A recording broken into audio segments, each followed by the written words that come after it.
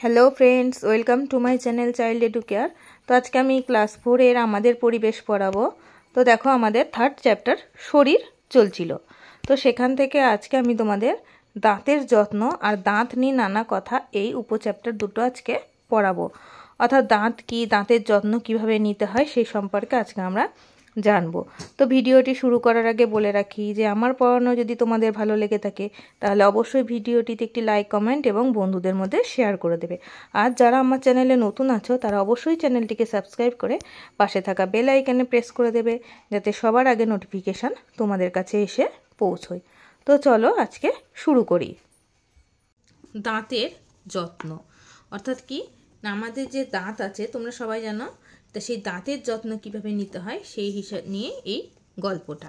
तो देखो आसमा बंधुदेर बोल्लो मायेर कयेकदिन धरे दाँते खूब ब्यथा। मायेर संगे कालके दाँतेर डाक्तारेर काछे गेछिलाम, मायेर दाँत नाकि खराब हये गेछे। डाक्तारबाबू माके दाँते एकटा ओषुध लागाते दिलेन और ओषुधও खेते दिलेन। ताहले डाक्तारबाबुर काछे गिয়েছিলেন दाँत देखाते। तो दाँतटा डाक्तारबाबू देखेছেন, देखे भेবেছেন খারাপ হয়ে গেছে। तो সেই বুঝে ডাক্তারবাবু তার মাকে কি করেছে ওষুধ দিয়েছে এবং দাঁতেও একটা ওষুধ লাগাতে দিয়েছেন। আর দাঁত ভালো রাখতে দিনে দুবার দাঁত মাজতে বললেন। তাহলে দাঁত ভালো রাখতে দেখো এখানে কবার করে দাঁত মাজতে বলেছেন, দুবার করে। তোমরা মাজো, দিনে দুবার করে দাঁত মাজবে, তাতে দাঁত কিন্তু ভালো থাকবে। যিশু শুনে বলল আমি তো দিনে দুবার দাঁত মাজি না, আমারও দাঁত খারাপ হয়ে যাবে নাকি? আসমা বলল দুবার করে দাঁত মাজবি এখন থেকে, আমিও তাই করব। সহেলি বলল আজ স্কুলে গিয়ে দিদিমণিকে দাঁতের কথা জিজ্ঞাসা করব।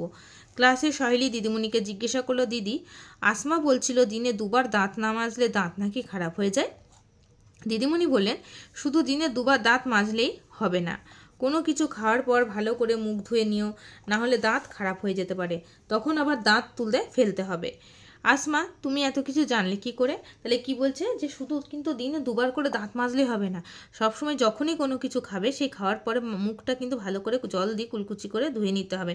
তাতে কি হয় না দাঁতে যে সমস্ত খাবারগুলো আটকে থাকবে সেগুলো বেরিয়ে যাবে, তাহলে দাঁতটা আমাদের ভালো থাকবে। তা না হলে দাঁত কিন্তু খারাপ হয়ে যাবে এবং দাঁত তখন তুলে ফেলতে হবে।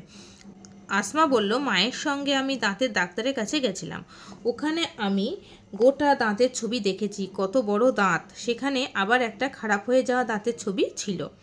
আসলে দাঁতের বেশিরভাগ অংশটাই মাড়ির ভেতরে থাকে। তাহলে দাঁতের বেশিরভাগ অংশটা আমাদের কোথায় থাকে? মাড়ির ভেতরে। খুব অল্প অংশই মাড়ির বাইরে থাকে। জানো কি মাড়ির বাইরে থাকা দাঁতের অংশটাই হলো শরীরের সবচেয়ে কঠিন অংশ।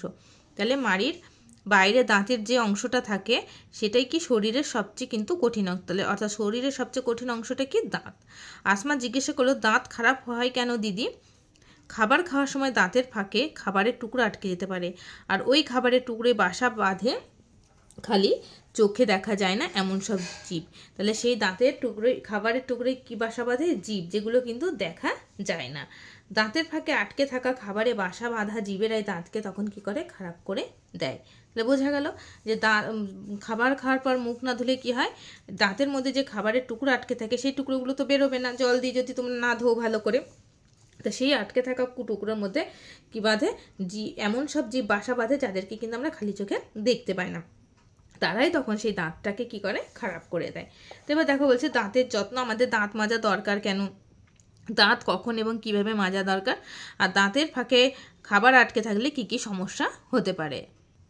তাহলে আমাদের দাঁত মাজা দরকার কেন?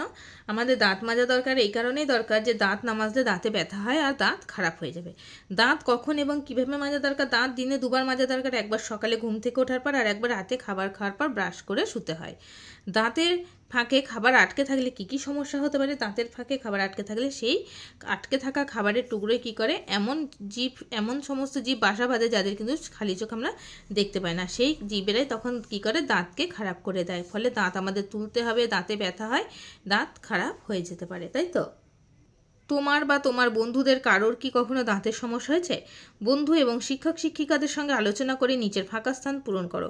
দাঁতের অন্যরকম কোনো সমস্যার কথা জানা থাকলে সেটা লেখো। তো দেখো যে দাঁতের সমস্যা, দাঁতে ব্যথা, মাড়ি থেকে রক্ত পড়া, মাড়ি ফুলে যাওয়া, আরও যে বিভিন্ন ধরনের সমস্যা, অর্থাৎ দাঁত ক্ষয়ে যায়, কারো ঠান্ডা জিনিস খেলে দাঁতে শিরশিরানি হয়। দেখবে আমাদের ঠান্ডা খেলেও হয়, আবার অনেক সময় কিন্তু গরম খেলেও দাঁত শিরশির করে। তো এইগুলো হলে পারে কেন হয়েছে, তার জন্য কি করতে হবে, সমস্যা সমাধান না করলে কি হতে পারে, এগুলো তোমরা নিজেরা আলোচনা করে লিখবে। তো এবার দেখো দাঁত নিয়ে নানা কথা। অরুণ জিজ্ঞাসা করলো, খারাপ হয়ে যাওয়া দাঁত তো তুলে ফেলতে হয় দিদি, তাতেই বা ক্ষতি কি? আমাদের মুখে তো অনেক দাঁত থাকে, তার একটা দুটো তুলে ফেললে কি ক্ষতি? তখন অরুণ কি জিজ্ঞাসা করছে যে খারাপ হয়ে যাওয়া দাঁত তো তুলে ফেলতেই হয়, তাতেই বা কি ক্ষতি হয়? আর আমাদের মুখে তো অনেক দাঁত থাকে, একটা দুটো তুললে তো কোনো ক্ষতি হয় না, সেটাই ও জানতে চাইছে। আসমা বলল, তাহলে আমরা খাবার চিবোবো কি করে? ঠিকই বলেছো, কিন্তু চিবোনো ছাড়াও দাঁতের আরও নানান রকমের কাজ আছে। আর আমাদের মুখে অনেক দাঁত আছে ঠিকই, কিন্তু সব দাঁত একরকম নয়, আবার তাদের কাজও নানান রকম। তাহলে আমরা যদি মনে করি যে আমাদের মুখে অনেক রকমের অনেকগুলো দাঁত আছে, তার মধ্যে যদি একটা বা দুটো তুলে ফেলা হয় তাতে কোনো সমস্যা নেই, সেইটা কিন্তু ভাবনাটা ভুল। কারণ এক একটা দাঁতের কিন্তু এক এক রকম কাজ থাকে, যেটাই তুমি তুলে ফেলো না কেন তার কিন্তু সেই কাজটা আর হবে না, তখন কিন্তু আমাদেরই নিজেদেরই সমস্যা হবে। তাই বলছে, দেখো তুমি আর তোমার বন্ধুরা তো নানান ধরনের খাবার খাও, দেখো তো নিচে যে খাবারগুলোর নাম দেওয়া আছে সেগুলো তোমরা কিভাবে খাও। তোমার ইচ্ছা মতন আরও কিছু খাবারের নামও যোগ করতে পারো। তাহলে খাবারের নামগুলো দেখো, বাদাম, মাংস, চিনি দানা বা মিছরি, পাউরুটি, ভুট্টা দানা, বিস্কুট, পাটালি গুড়, খোসা শুদ্ধ আম। তাহলে এই বাদাম কীভাবে খাও? আমরা কীভাবে খাই? দাঁত দিয়ে ভেঙে খাই। মাংস দাঁত দিয়ে চিড়ে খাই। চিনির দানা কী করি? দাঁত দিয়ে গুঁড়িয়ে খাই। পাউরুটি দাঁত দিয়ে কেটে খাই, তাই তো। আর ভুট্টা দানা দাঁত দিয়ে প্রথমে কি করে আমরা সেই ভুট্টার থেকে ছিঁড়ে চিবিয়ে গুঁড়িয়ে খাই। বিস্কুট কি করি? দাঁত দিয়ে ভেঙে। পাটালি গুড় দাঁত দিয়ে। খোসা সহ আম প্রথমে আমরা আমের খোসাটাকে কি করি? দাঁত দিয়ে ছিঁড়ে ফেলি, তাই তো। ছিঁড়ে নিয়ে তারপরে সেটাকে কেটে কেটে খাই। আর এছাড়াও আরও কী কী খাবার হতে পারে? পেয়ারা হতে পারে, মুড়ি, যাই খাও না কেন সেটাই খেতে গেলে কিন্তু আমাদের দাঁতের দরকার হয়। তো দিদিমণি বললেন, দাঁত তাহলে কত রকমের কাজ করে? অরুণ বলল, 4 রকমের দিদি, কাটা, ছেঁড়া, ভাঙা আর গুঁড়ো করা। তাই তো, যে দেখো এটা কি করছে, বাদাম আমরা ভেঙে খাচ্ছি, মাংস দাঁত দিয়ে ছিঁড়ে খাই, তারপরে চিনি বা মিছরি দানা গুঁড়ো করে খাচ্ছি, তাই না, আর পাউরুটি খাচ্ছি দাঁত দিয়ে কেটে। তাহলে এতগুলো কিন্তু কাজ আছে দাঁতের। ঠিক বলেছ, আমাদের মুখে 4 ধরনের দাঁতই থাকে। ছবি থেকে ওদের চিনে নাও, গুনে দেখো তো মুখে কতগুলো দাঁত আছে। তাহলে আমাদের মুখে কত রকমের দাঁত থাকে? 4 ধরনের দাঁত থাকে। তাহলে দেখো এই রকম হলো 4 ধরনের দাঁত। এবারে একটা কথা বলো তো, জন্মের সময় একটা বাচ্চার মুখে কি দাঁত থাকে? তাহলে তোমরা দেখেছো নিশ্চয়ই, যে সমস্ত বাচ্চারা সদ্য জন্মায় তাদের মুখে কি দাঁত থাকে? নিশ্চয়ই থাকে না, তাই না? সহেলি বললো, কয়েকদিন আগে আমার কাকিমার মেয়ে হয়েছে, কই তার মুখে তো কোনো দাঁত দেখিনি। তাহলে জন্মের সময় কিন্তু কোনো বাচ্চারই মুখে সে দাঁত নিয়ে কিন্তু জন্মগ্রহণ করে না। ঠিকই, জন্মের পরে প্রথম দিকে দাঁত থাকে না। জন্মে সাধারণত 6 মাস পর থেকে দাঁত উঠতে আরম্ভ করে। যখন তার জন্ম হয় তখন সে দাঁত নিয়ে কিন্তু জন্মায় না, বা তখন তার দাঁত হয় না। যখন সেই বাচ্চাটা আস্তে আস্তে 1 মাস 2 মাস করে পার করে যখন 6 থেকে 7 মাস হয়, তখন তার একটা একটা করে দাঁত উঠতে থাকে। যিশু বলল, আমার তো আবার কিছু দাঁত পড়ে গেছে, আবার কিছু দাঁত নতুন করে উঠছে। তো তোমাদের কারোর এরকম হয়েছে যে এখন কোনো দাঁত পড়ে গেছে বা আবার এখন কোনো দাঁত নতুন করে উঠছে? দেখবে তোমাদেরও হবে। আসলে প্রথমে যে দাঁতগুলো ওঠে সেগুলো কিন্তু সারা জীবন থাকে না। অর্থাৎ যখন 6-7 মাস বয়স হয় তখন থেকে যে দাঁতগুলো থাকে সেই দাঁতগুলো আমাদের সারা জীবন থাকে না। এগুলোকে বলে কি? দুধের দাঁত। সাধারণত 6 বছর থেকে 12 বছর বয়স অবধি এই দাঁতগুলোই থাকে। ছবি দেখে এরকম দাঁত কতগুলো থাকে গুনে দেখো। দেখো এইগুলো হচ্ছে কি দাঁত? দুধের দাঁত। এই দাঁতগুলো আস্তে আস্তে পড়ে যাবে যত বয়স বাড়বে। তারপরে এই দাঁতগুলো পড়ে যাওয়ার পর আবার এক রকম নতুন দাঁত গজাবে। সেই দাঁতগুলো আমাদের সারা জীবন থাকে। এবং সারা জীবন থাকে বলে ভুল, যদি দাঁত খারাপ হয়ে যায় তখন সেই দাঁতটাকে আবার তুলে ফেলতে হয়, তখন আর সেই দাঁত কিন্তু আর নতুন করে হয় না। তোমার বাড়ির বা আশেপাশের বাড়ির সদ্য জন্মানো বা একটু বেড়ে ওঠা শিশুকে লক্ষ্য করো। প্রয়োজনে তোমার শিক্ষক শিক্ষিকার সাহায্য নাও। জন্মের সময় চোয়ালে কি দাঁত থাকে? বলতে চেয়েছে।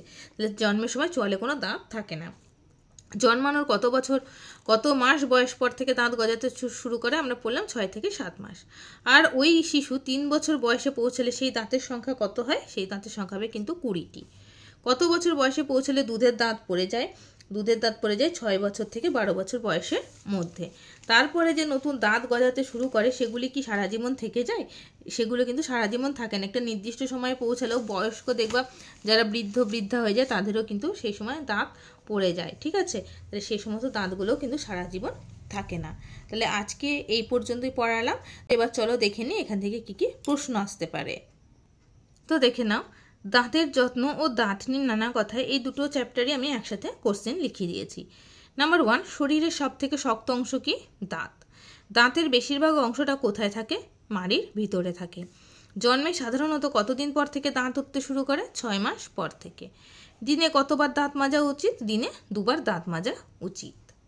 নেক্সট, এনামেল কি? মাড়ির বাইরে দাঁতের যে অংশটি থাকে তার আবরণকে এনামেল বলে। দুধের দাঁত কি? শিশুকালে বেরোনো প্রথম দাঁতগুলিকে দুধের দাঁত বলা হয়। একজন প্রাপ্তবয়স্ক মানুষের কয়টি দাঁত থাকে? 32টি। দাঁত কত রকমের কাজ করে? দাঁত 4 রকমের, যথা খাবার কাটা, ছেঁড়া, ভাঙা আর গুঁড়ো করা। দাঁত তুলে ফেললে কি হয়? দাঁত তুলে ফেললে ঠিক মতন চিবোনো যায় না। দাঁত ভালো রাখার জন্য কি করা উচিত? দাঁত ভালো রাখার জন্য নিয়মিত দুবেলা, সকালবেলা ও রাত্রিবেলা দাঁত মাজা উচিত। প্রতিবার খাওয়ার পর ভালো করে কুলকুচি করে মুখ ধোয়া উচিত। কি জাতীয় খাবার খেলে দাঁতের মাড়ি সুস্থ থাকে? টক ফল আর লেবু জাতীয় খাবার খেলে। নেক্সট দেখো, আমাদের মুখে কয় প্রকার দাঁত আছে? 4 প্রকার। আমাদের মুখের সামনের দাঁতগুলি কি কাজ করে? খাবার ছিঁড়তে ও টুকরো করতে সাহায্য করে। মাড়ির শেষের দাঁতগুলি কি কাজ করে? খাবারকে পিষতে ও গুঁড়ো করতে সাহায্য করে। এই 13টা প্রশ্ন আমি তোমাদের এই চ্যাপ্টার দুটো থেকে লিখিয়ে দিলাম। তোমরা অবশ্যই এগুলো পড়বে এবং বাড়িতে মুখস্থ করে খাতায় লিখে প্র্যাকটিস করবে, কেমন? তো আজকের ক্লাসটা আমি এখানেই শেষ করছি। সবাই ভালো থেকো।